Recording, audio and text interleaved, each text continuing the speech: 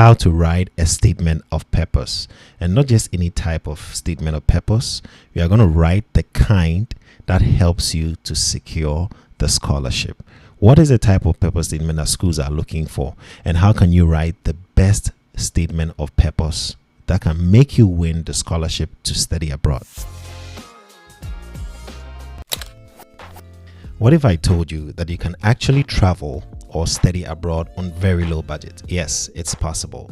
Here on the Study Abroad Experience podcast, I gather the experience of international students all over the world, from US, Canada, Europe, and Asia, to share their stories so that you know that it's possible for you to travel and or study abroad on very low budget. This is the Study Abroad Experience podcast. My name is Dan Legend. I have my drawing board here, so I'm going to take you through step by step on how to tackle every side of your statement of purpose so that it comes out very refined. And then when you send to the school, they know that you are the type of candidate that they are looking for to work with. So let's move to the drawing board. So first things first, we have to build the profile of the student. Now, I'm going to use an imaginary student who goes by the name Daniel Legend. He has some background in biological science. He comes from an average earning family, and so on and so forth. You are going to see it in his profile. So from here, you can see who he is and where he's from, right? And what early experiences have shaped his interest in science. Okay, so you can see that he's from Ghana, West Africa. He grew up in a modest family with strong emphasis on education. He excelled in biology and math at Infantry School, right? Representing his school in national science and math quiz, which deepened his passion for scientific inquiry and collaboration. Then you can see here, when we scroll down, we have another question. Now, what we are doing here is just try to build the profile of that student for whom we are going to write the paper statement. Okay, so how has his interest in biology developed during his undergrad, and what specific project advanced his skill? We are trying to see where he's coming from that has kept him going all this while. So he pursued a bachelor's in biology at the University of Ghana. His interest was in molecular biology, so on and so forth. And his research was on what?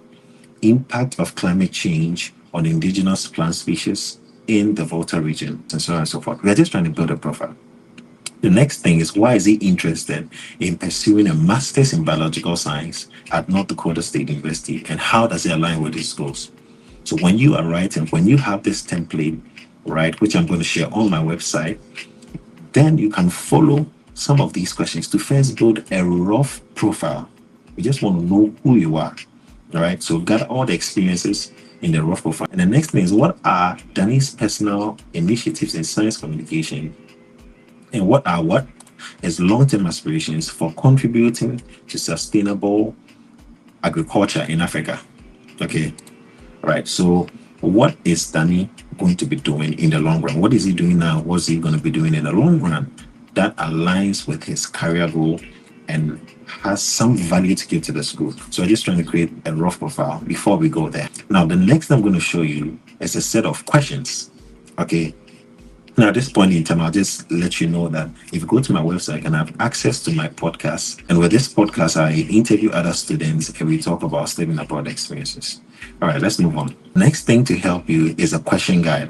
So I'm sharing my profile, the profile building template, and then I'm sharing the question guide, and I'll be sharing the statement of purpose on my website. Now, in the question guide, we have 15 questions, right? But I've divided them into 7 paragraphs. Right. But then I'm not going to touch all the 7 paragraphs, because in my final statement of purpose that I prepare, I don't touch on 7 paragraphs. I create about 5 paragraphs, right? So there are some of them that I merged together. With the introduction or the first paragraph, you want to talk about what sparked your initial interest. These are the initial stages of things. You don't just jump into the story. Talk about your initial stage, what fueled certain things. You know, where are you coming from? We want to understand, how did you become what you are today, and how have you grown that passion that you are pursuing today? We don't just jump. Okay, so we want to know, so how has this interest evolved over time? Then in the second paragraph, we're going to talk about your academic experience. So how has the experience that you've had in academics and your professional circumference helped you develop within that field? So example, what courses, what program, the academic settings that has influenced your growth. Then the third paragraph, we're going to talk about your particular academic or creative interest and how do you explore them, how have you engaged in some cross-journal work, some academic pursuits and all that. Okay, so all these things are very, very vital for you to eventually craft a statement of purpose that is going to catch the eye of the one that is reading. We want them to know that this is a serious student that we are dealing with, okay, and is a very, very solid candidate to be picked because of the kind of experiences they've had and the way they've been able to communicate their long-term vision based on the interest they have in the field. Okay, so I'm going to show you the sample that we have of a purpose statement that I've written from beginning to the end based on these questions that I just showed you. Okay, so you're going to use that as a template. So from here, everything that I have here in red, I'm going to throw more light on. It's going to be available on my website, not just for podcast links, but you can also find this document that I'm going to share with you or that I'm sharing with you today. Let's read. As a young student growing up in Ghana, I found inspiration. Now, do you see the first line is already talking about inspiration? I found inspiration in the wonders of the natural world and the principles of science that underpin our understanding of it. One childhood experience, very, very important. You see where I'm touching? I'm touching on some childhood experience. Okay, I'll even like to color this red. That especially one childhood experience that especially stand out was a trip to the countryside with my father, a science teacher, where we examined various plants and insects, and watching him patiently explain how these organisms adapted to the environment sparked my curiosity and made me realize I wanted to pursue science myself. You see that? So I'm coming from some childhood experience. I want them to know that something has led me to where I am today, and it started from my childhood. Should it always be childhood? Not really, but at least it should be some early stages of your life, right? Those things really help, or those periods help us to shape who we eventually become. So, his influence, that is my father, nurtured my love for biology and encouraged by my parents, both educators. I embraced the goal of communicating meaningfully to the scientific community. And this guidance led me to infant film school, where my experience as a core member of the National Science and Maths Quiz, NSMQ. Whenever you write the full name of something and you tell what it is by abbreviating it, the next time you mention it, you don't have to write it in full again. You can just write the abbreviation, okay? So as a core member of the National Science and Maths Quiz, NSMQ team allowed me to apply my academic curiosity in competitive settings, fueling my lifelong passion for science and research. So even though we came third in the competition and not first, I was proud of this accomplishment I achieved for my school. So already I'm talking about some accomplishment I've achieved early in my life. You see that? It may not be so big, but at least there's something that was achieved when you were in your formative years. The next paragraph. Now I'm transitioning from my childhood experience. I'm moving into my undergrad experience. So my undergrad journey at the University of Ghana further reinforced my scientific pursuits. During my studies, I conducted extensive research on the impact of climate change on indigenous plant species in the Volta region. So at this point in time, I've colored this in red because this is now telling the kind of, I'm already building on my formative years interest. And now I have moved to a point where that interest has manifested in the kind of topics I pursued in my undergrad studies. Are you seeing that? So I conducted extensive research on this, a project that was focused on the genetic resilience of local flora to environmental changes. And I found myself captivated by molecular biology techniques, including DNA sequencing and PCR, and soon recognized the potential of these methods to solve pressing issues in food security and sustainable agriculture. And this work marked a shift from my theoretical understanding to practical applications. And I was fortunate to join a government-funded project on crop resilience. Now, do you identify something here? There was a problem the country had I wanted to solve pressing issues in food security and sustainable agriculture. You see that? So that is one issue of the country that I've identified. Okay, so I learned firsthand about plant genetics and tissue culture, a pivotal experience that solidified my career goals in biological science. Now, how do I find? I need to make sure that in my statement of purpose, I'm attacking or addressing an issue that is a pressing national issue. Or it might not be national, but at least it can be sectorial. It can be industrial. Okay, it can be that. So what would I do in that case? I can come here and Google what are plant resilience and sustainable agriculture issues in Ghana. And then a couple of websites came or links came, and then I clicked to the UN link because that is more authentic. You don't want to use any blog, right? Something that is solid. So UN, and I see here that we have a problem that according to sources from the Ministry of Agriculture, for example, the price of inorganic fertilizer, which the country largely depends on, has shot up by 30%. This is a long time ago, but I can still base on that because that problem still exists. You know your country. And it makes access difficult for many local farmers. So what did the UN do? Because now I'm trying to even align my goal with the UN, which we'll talk about later. As part of UN support to the government to transform and strengthen the resilience of Ghana's food system, the UN resident coordinator, right? He did what? He secured a grant funding, 250,000, to do what? For sustainable and transformative food system solutions. So I come back to my statement of purpose. So now, this work marked a shift, okay, from theoretical understanding to practical application. I was fortunate to join this and that, right? I learned firsthand about plant genetics and tissue culture, and that was a pivotal experience. At North Dakota State University, I am especially eager to work under the guidance of what or who? Professor Matthew Smith.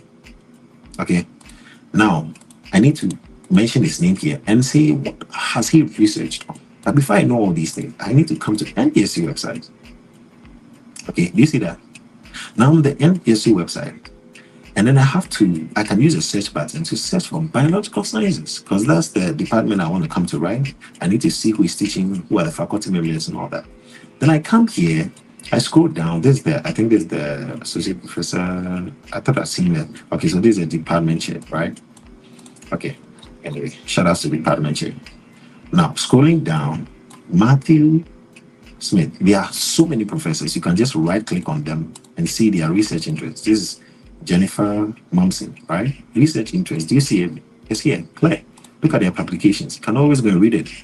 Copy this, paste in Google, right? Or Google Scholar, and you see it. So if it aligns with your research interests, you want to be working with them. So I search up this person. Matthew Smith. So let's look for Matthew Smith. He's here, right? I right click. Matthew Smith. What is he engaging in? Patterns of phenotypic variation in natural population. How such patterns can be used to infer the evolutionary history of organisms and inform management decisions based on this knowledge, right? That permits so on and so forth, right? So you could talk about this person's research, okay? And then say that you are eager to work under his guidance. Okay, that is if it aligns with your research interests. And his research on patterns of phenotypic variation in natural populations and how these patterns can illuminate evolutionary history and inform management decisions resonates with my aspirations to understand how organisms adapt to changing environments. We are getting somewhere. I'm confident that working with him will allow me to build on my experience and strengthen my expertise in this area. The next thing is that in addition to expanding my knowledge of molecular biology, I look forward to applying the insights from who? Associate Professor of Practice, that's his name, or that's his title. Associate Professor of Practice Matthew Smith's work to enhance sustainable agricultural practice in Ghana. Now remember, this was the problem that US was trying to address. So if I work with Assistant Professor of Practice, I'll be able to have some insight into how to solve this problem. So by studying evolutionary adaptations through his publications, what's going to happen? I hope to better understand how to boost the genetic resilience of crops in Ghana's diverse and often challenging climates. Okay, solid point here. Now, this knowledge, what would it do? It is going to be invaluable for improving crop yields and supporting food security initiatives across West Africa. Now, I'm going to bring in UN's goal here. Okay. Now, the next line I said is, my long-term objective is to translate these skills and research findings that I will learn from him and other professors into practical application. So I'm moving from theory into practical, if and only if I can work with this professor and tap into that knowledge base. Are you seeing that? And my focus on plant resilience and sustainable agriculture aligns with the United Nations Sustainable Development Goals, which is SDG, for Ghana to create sustainable and transformative food system solutions. And beyond academics, now at this point in time, they also need to know that beyond academics, I have a life. I have set certain initiatives I want to pursue. So I say here, beyond academics, I'm committed to science communication. What do I do besides that? I run a blog and a YouTube channel called Biobus Africa. Now, guess what? The one reading is going to say, interesting, YouTube channel. Then he goes on YouTube, types Biobus Africa. Then he types in your name, then he lets you. You pop up. It's like, oh, this is the guy we're going to work with. He sees what you're doing. It's like, wow, I like this. Already, they've seen you. They've seen the knowledge you're displaying on your channel. Guess what? They've seen about other students. Nothing. Because you here, you've been able to sell yourself. Okay, and everybody reading this will be curious. If I'm reading serious, I'm going to be curious. I'm going to go to YouTube and type Biobus Africa than the legend and see whether the person pops up. Okay, so what do I do there? I share insights on African science advancement and environmental challenges, hoping to inspire other young scientists. And I also mentor high school students prepare for the NSMQ. Now, I've already defined it in the second paragraph, right? So I don't need to say what it is again, just the abbreviation sign. Knowing how formative that experience was for me. So now I've been through some kind of situation. Okay, in my formative years, I was in some kind of situation that got me to become knowledgeable about what I want to pursue today. And now I'm starting an initiative to transfer that kind of experience and knowledge that I had when I was young to the coming generation. So they say that you have some future goal or some future positive impact that you want to see come to fruition. They saying that. Okay, let's continue. Now, thank you. Before that, I am confident that NDSU's program, because I've already said North Dakota State University, so I don't need to say what it is now. I just say NDSU. I'm confident that NDSU's program, particularly through collaboration with Professor Smith, will provide the expertise I need to make this vision a reality. Thank you for considering my application, and I'm enthusiastic about the prospect of contributing to the field of biological sciences, and I'm eager to bring my background and dedication to NDSU's collaborative research environment. Period. Now, this will sell. This will make them know that, no, I'm going to work with this. I can't let this student go. I can't let another school have this student. He needs to work with these professors. He is enthusiastic. We can see it in his profile. He would take the school to higher heights. If he comes here, he's going to be very involved in the research work. That is how you sell such a profile. And you are easily likely to be sponsored for research. Okay, so remember, you can access these 3 files that I've shared with you here, building your profile, having a rough sketch of who you are and what you've accomplished and where you're going, the question guides, and then the statement of purpose itself, so that you can look through to help yourself to come up with, a very effective statement of purpose. So that is how you write a statement of purpose that gets the scholarship. You need to get a scholarship, and you need to have a very good statement of purpose. I believe you've been very enlightened by this video. So share with your friends so that they also can benefit from these files that I've shared. Join my Telegram, follow Facebook, YouTube, X, and then TikTok. I'm also on TikTok as Danny Legendary. So thank you so much for watching, and I know that you're going to come back with good news, and then perhaps let me know on the Telegram page that, you know what, this insight you shared with us really helped me to get this scholarship. Thank you for watching. I'll see you in another video. Bye.